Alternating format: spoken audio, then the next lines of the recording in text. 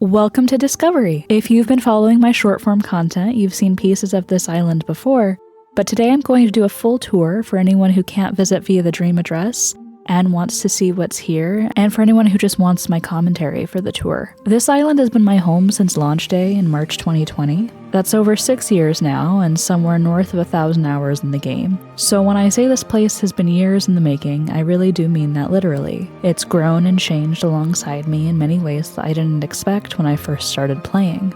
The name of the island, Discovery, is a reference to Disney's Animal Kingdom. Discovery Island is the land that the Tree of Life sits in, but it's also a nod to Discovery Island, a real zoological park that operated on Disney property and has been closed for decades. I have been a Disney obsessive my whole life, and I was working at Disneyland when I named this island, so that thread runs through the DNA of this island. But my relationship with Disney has changed a lot since then, and as a result, so has my design.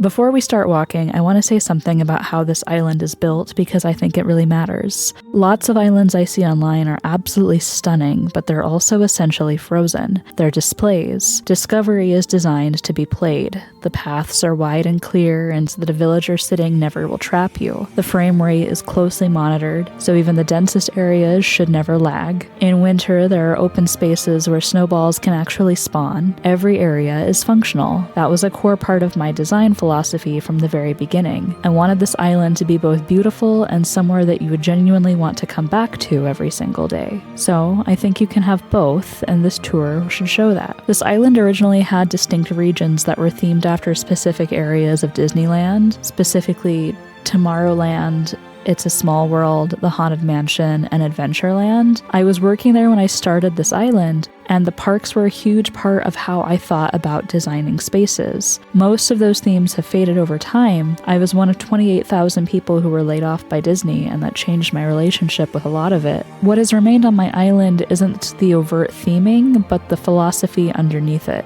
The idea that a space should have a clear identity, and that transitions between areas should feel intentional, that every corner should reward you for looking at it, and that's what Disneyland taught me about design, and that's still here even if the Mickey years aren't. Off to the right of the plaza is one of my favorite areas on the whole island. I call this the mushroom forest. There's lots of color, lots of mushrooms. It's very cozy. This is where Dom and Elmer live. They both suit it perfectly. Dom has a little lavender farm, and his house reflects the surroundings, while still sneaking in little nods to his jock personality. I like when a villager's house tells you something about who they are. Elmer's setup is more like a working farm with cows, chickens, and crops, and his house is a classic farmhouse that I'm very proud of. Most of my villagers lean toward neutral, natural colored characters. My definition of cottagecore for this island is pretty specific. Villagers who feel at home in forests and on farms. The ones who blend into the scenery rather than pop out of it. I think the only resident right now who really breaks that rule is Blue Bear, but peppy villagers are kind of hard to come by in neutral colors. The museum is also in this area, and there's an iguanodon out front, and that's not an accident. Dinoland USA and in Disney's Animal Kingdom was one of my former work locations, and the iguanodon is a nod to Dinosaur the Ride and Aladar. It's one of the few remaining love letters to that chapter of my life. Crossing the bridge, we arrive at the Teddy Bear Tea Party. This area comes from a throwaway line in Gilmore Girls. It's mentioned as the theme of one of Rory's childhood birthday parties, and I loved the concept so much that I just built a whole area around it. A lot of the furniture here is the Turkey Day pieces that are customized to the spring color swatch, and the 3-tiered wedding cake. Coming up the stairs, the whole atmosphere shifts. This is my tribute to Animal Crossing City Folk, my first Animal Crossing game, and it's the most developed part of the island. The shops are here, there's a little bakery, market stands, a canal, wrought iron tables and chairs, bikes leaning against the walls, and fountains. Has a loosely European street character to it, and it's the one little area where the design philosophy really shows in a different way. Everything here is built around moving through it, stopping, browsing, sitting. Shep, Wolfgang, and Diana all live in this quarter, which feels right for their personalities. It's like your little trip to the city. Across the bridge on either side, you'll step into something a lot quieter. This is the farm country. Crops, fields, a pastoral stillness. Ruby and Annalise live here, and yes, Totoro is here too. There's a little openness to this area that I was very intentional about. It's one of the spots where snowballs can spawn in the winter, and it just has a nice open air space that other parts of the island don't, and that contrast is part of the design.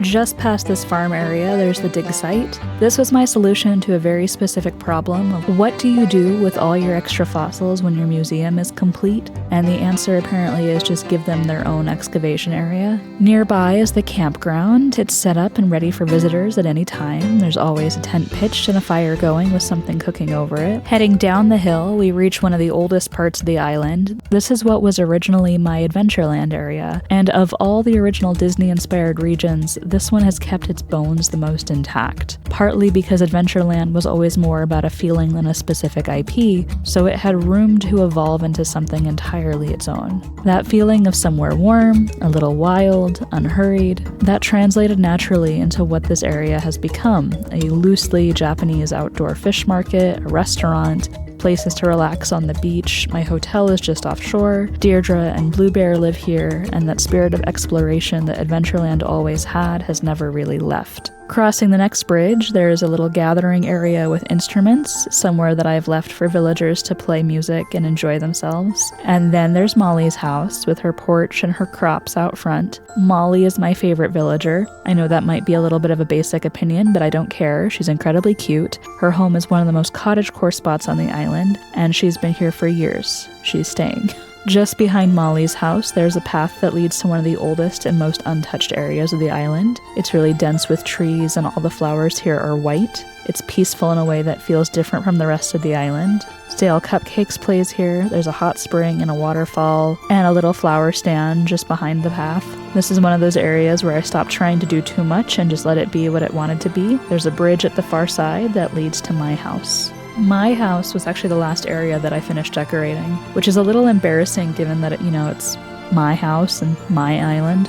I kept overthinking it, trying to make it feel grand in a way that matched some imagined standard. Eventually, I let go of that. There's a doll tea party out front, and a pool, a little hybrid flower garden where I'm currently working on blue roses, still a work in progress. The main room of my house is a time capsule. It's very 2020, 2022 kawaii gamer girl energy. Sanrio furniture, we'll get into those in a future video. The Sanrio amiibo cards caused a lot of trauma.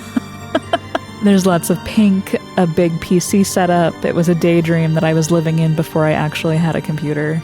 It's all just kind of an expression of a version of myself that I was imagining at the time. The kitchen to the right is very cottagecore and functional. The bathroom is in the back. People always ask about the yuzu bathtub. It's a seasonal Nook shopping item. The flooring is cloud flooring from Sahara with wood planks layered on top to create the look of a floor while keeping the steam effect from the clouds underneath. To the left is a Japanese tatami room with a futon and tea setup. There's so many Japanese items in the game that I just needed a little Japanese room. Upstairs is my bedroom, and like the main room, it's frozen in a specific moment. There's a computer with Maya on the screen and Mickey Mouse on the light table. I studied animation in college and was trying to break into the industry when I made this. Hanging on the wall is my monorail pilot costume from Disneyland. All of it just lives there, preserved. It's not a room that I'd actually build today, but it's true to who I was when I built it, and I've come to really appreciate that about it, but I should probably update it soon. Downstairs is the movie theater.